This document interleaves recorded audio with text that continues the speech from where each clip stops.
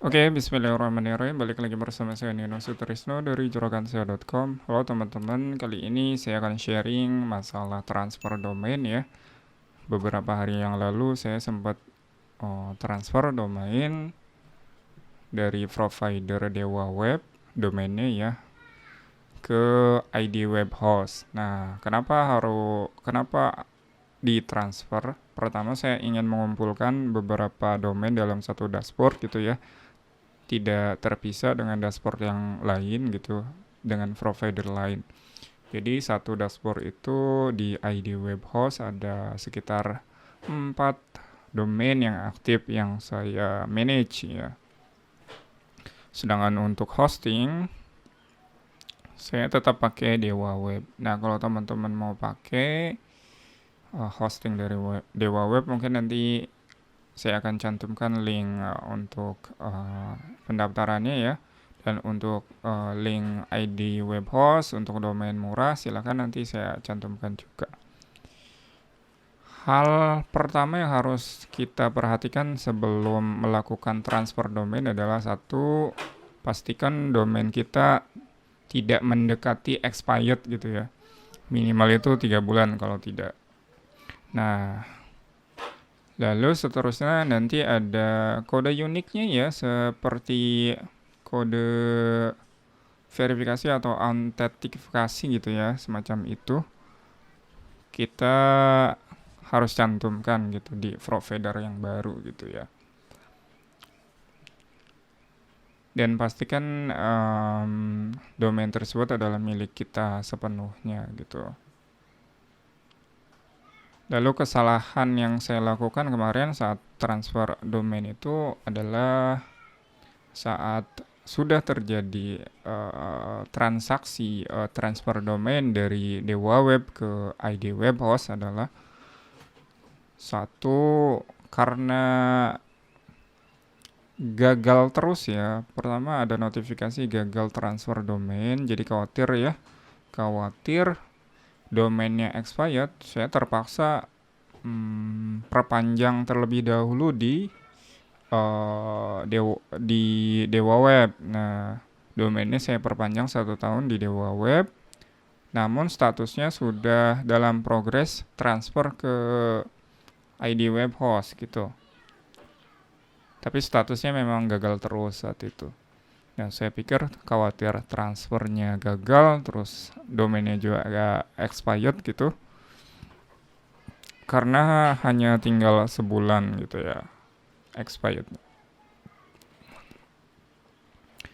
Tapi saat kemarin saya cek kembali gitu ya, di ID web hostnya, di dashboardnya, ternyata domainnya berhasil ditransfer.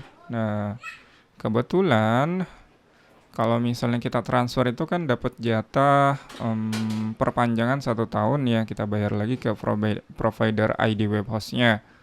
Nah, saya bayar 2 kali berarti di Dewa Web saya perpanjang karena khawatir expired.